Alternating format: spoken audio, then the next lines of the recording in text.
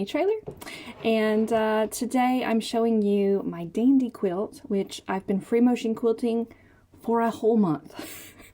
A little bit here, a little bit there. It has been the slowest thing I think I might have ever quilted in my entire life. Just really didn't have a day where I just attacked it, and that's kind of what I've been dealing with this whole season. It's just, I'm in a slow season. Everything is just taking me twice as long to do, and that's okay. I tend to like to go with these seasons. So it took me a month to quilt this. I'm finally finished. I quilted it Doodle style quilting, meaning I didn't have a plan. I just wanted to kind of spread my wings and see if I could just not have one single or a handful of designs repeating over and over. Quilt what I wanted when I wanted to quilt it. If I want to quilt a feather, I quilt a feather. If I want to try a flower, I try a flower. And I did try a lot of new things while quilting this. This has been probably the most fun I've ever had free motion quilting. It felt like playtime. It felt like freeing. It was so nice to do. I'm definitely going to be quilting this way on more quilts. I just loved it so much. The quilt is my dandy quilt from my book StashWork. This quilt was pretty perfect for no plan because there's, no stars to outline, no blocks to do just so. It really was a great time to just kind of go for this doodle type quilting. If you're interested in the pattern or the Clover, I used Clover fabrics for it. If you're interested in all that, details are below. My sewing machine, all that stuff, all below this video. And then again, this is pre-washed, so I haven't washed it yet. The filler is mostly stacked swirls and pebbles, but the main events are like just kind of feathers, flowers, leafy bits, things like that. So let's get some close-ups. So in the background, I have done stacked swirls and pebbles, and that's pretty much throughout the backgrounds. And the main events, are feathers, paisleys, flowers, just different things, but the background of it has kind of stayed the same. And one thing I did differently that I don't normally do is I've done this echo upon echo upon echo thing. I don't normally do that, but I really, really like the look of it, and I think I'll probably try to continue that extra echo as I go along, learning how to quilt better. I probably could use a little bit of consistency, but even though I don't have consistency in my echoes, I think it really doesn't really matter so much in the looks because I just really, really love the way this is looking. I did try out some new style of feathers. I've got the little heart shaped feathers that is pretty new to me. I really, really like them. And then I also tried out some feathers that had the pebbles running down the stem of them. So I really, really like the way that ended up looking. Got several of them like that.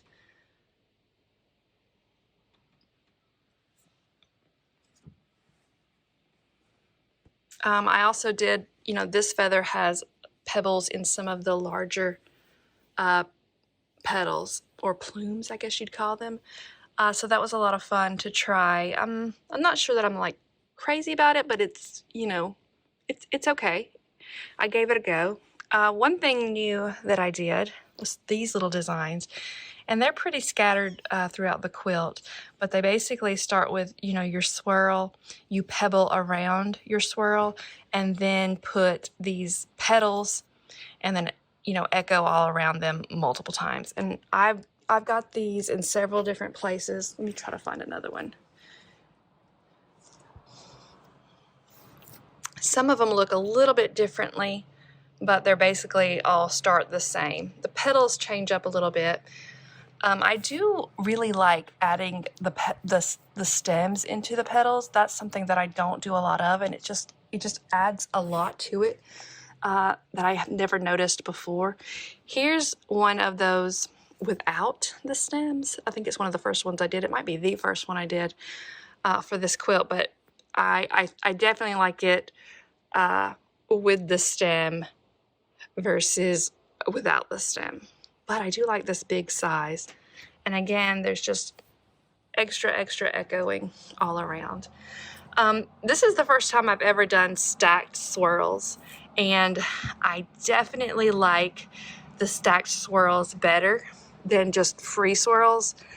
They were way more time consuming, but I think they just look good and they add a lot. And there's a lot of times where I don't care for my swirls, so this kind of stops that from happening. I really just like the swirls every time I did them. So this one here started out as an elongated curl, and then I added my pebbles around the top portion. Then I added petals, then I echoed it, and then I added petals, you know, in every other spot, and kind of circled it around it. And that circle is freehand, so I know it's a little wobbly and not perfect, but that's kind of what I wanted in this quilt, just freedom and, you know, playtime. So I really like the way this turned out, and I'd like to see myself do some more of this type of thing in some other quilts. And I would like to get, you know, better at that. So I might need a ruler to get better at that, but it was a lot of fun. This here is a new design to me, the little flower and then the leaves.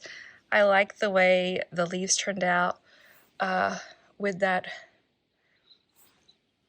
wishbone look right there.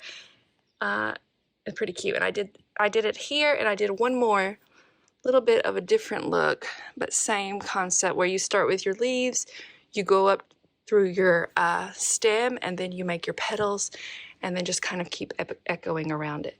This one's got some layered petals, whereas this one here didn't have the layered petals, so I kind of like this one a little bit better. Here's another one of those feathers with the pebbles in the stem. That was fun. And again, I just feel like the echoing, the extra echoing, because normally I'm used to echoing maybe once or twice, but it was just a lot more fun doing it this way. Or maybe not more fun, but I really like the look. Plus it took up some space where I didn't have to think about, you know, what I needed to put there. I am now just a really big fan of quilting this way, where you don't make any rules and you just kind of stitch.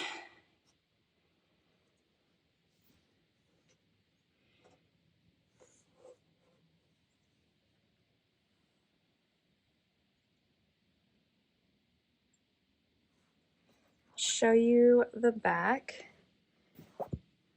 This is an art gallery print. It's just, I wanted something bold after the pastels, and this one kind of matches, but you know, it's darker, which is kind of what I wanted.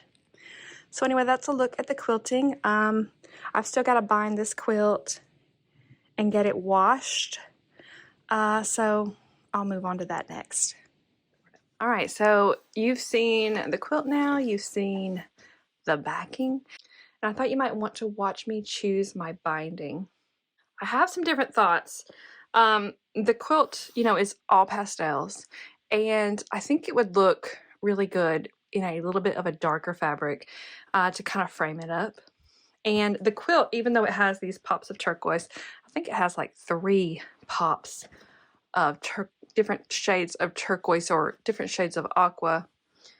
It's the least amount of fabric, and then it's got this darker orange. This is all done in my Clover fabrics, and I think it's got one of this dark shade of like a golden brown.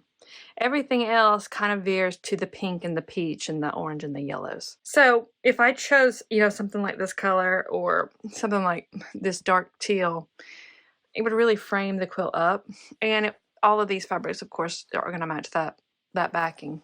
But that's kind of what I wanted to do, was kind of frame it, but also think about the fact that I'm going to be hand stitching this with a chunky stitch. My first thought was to use a solid because solids are usually my go-to with binding because I like that stitch that I take all that time, take hours and hours to sew on that binding. I like it to show, and it shows best on these solids. But I feel like this one might be a little bit too dark, so probably going to get rid of this one. These two fabrics are from my Pea Silly collection, and I really, really like this color, and I would just be a go for it. But the designs are, I think, just a tiny bit big for binding. It may still work. One thing I always do when choosing binding is to put the fabric the way it's going to lay. So the binding on this quilt would look something like that. And it's fine, there's nothing wrong with it, but I feel like I could do better. I wish this color was in a different print because I really love this color and I think it fits so nicely with my backing and the front, but the designs are just a smidgen too big. This one, I think the color works just fine, but it's a little bit lighter, so it doesn't frame as much. And then when I put it here, I think it could be cute. And I think it would be a fine color, but it wouldn't frame. It would blend in, and that could be okay. That could be what I do. I like it like that. That's cute. I've also got this one from Hope and Feathers, and it's very, very busy, and it would look something like that, which is pretty cute. I really, really like that. I also have this in pink. I actually like that a lot. The only thing is that my chunky stitch wouldn't show up as much, and I don't know if that's going to be a big deal to me or not. If I could find something really, really dark to stitch the binding with, it might work just fine. I wonder if I have like a charcoal gray, either a charcoal gray or maybe even the darker teal. I really like that. I like that one way better than the yellow, so I'm gonna ditch the yellow. I have this one, and I was also thinking about binding when I designed this fabric. This one is Open Every Door in Plum. I think it has a good contrast with the Clover fabrics. It would match my backing, and let's see what it would look like as binding.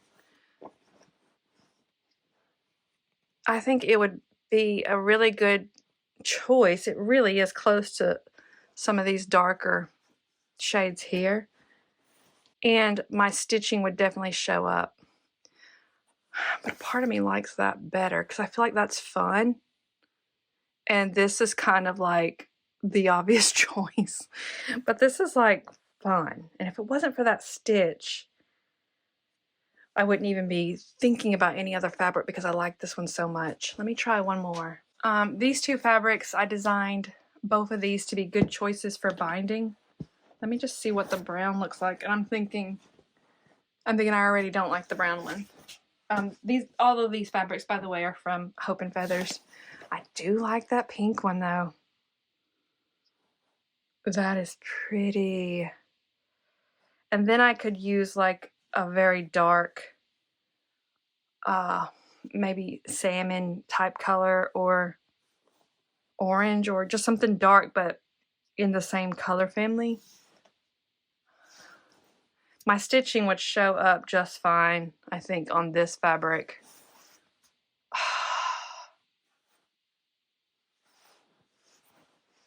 I think I'm gonna go with this French. This is called All Waves Settle in French Blush, and I really do like geometric prints for binding. So yeah, I think I'm gonna go choose this one, and then let's pick out a color for the threads on the stitches that'll show. Right. So my first thought is something like this. This is 3328 DMC number 8, and that will definitely show. I think that would match the quilt. It matches the back. It's gonna pop on that binding. I really like that. I also like bringing out this shade here. Let me see if you can see that. Bringing out this shade here, because this shade and this pink look so cute together. And this is, I mean, it's not an exact match or anything, but pretty close. Oh, that would pop too. The thing is that I use 780 all the time. So it would be more of the same for me, but I do like it. And I like that it's really, really dark. I feel like this quilt has got so much pastel going that it needs to be a little bit more dark. Everything else, let me see what I've got for the shop. I have this, which is not an exact match. This is a little bit bluer, but I think it would be cute. And I think it would be cute on this. Not sure. All right, well, I was hoping that I would have like a charcoal color because I really saw this in like charcoal, but I guess it's just not gonna work. So these two, this is 780 and 3328. I need to choose between these. And I'm leaning towards 780 as in I think it's prettier. But again, I always use the same colors and I was trying to mix things up a little bit for myself. So I think I'm going to go with 3328 just for something new. Plus it really looks good with those big flowers I have on the back. This is a wide back in the shop. And if you like it, I could definitely order more if we don't have quite enough. I think we're getting a little low. So if this is something you want, let me know and I'll get it put back in the shop if it's not got enough of it. And all of these supplies that I've shown you, fabrics, everything, all of that is in the shop. I'm gonna go with 3328. Okay, so that's all for this video. And while I was getting this video ready, I found where I had recorded some of the quilting. So I'm gonna put out a little, I'm not sure it's a demo. I think it's more of a just watch the free motion quilting type of thing. But I found all those videos and I had completely forgotten I filmed them. So I'm going to probably have that pop up in a few days if you are interested in, seeing this quilt while it was getting quilted, or a few tiny pieces of this quilt while it was getting quilted. I'll pop that up in a few days. Anyway, thanks for watching, and I will see you next time.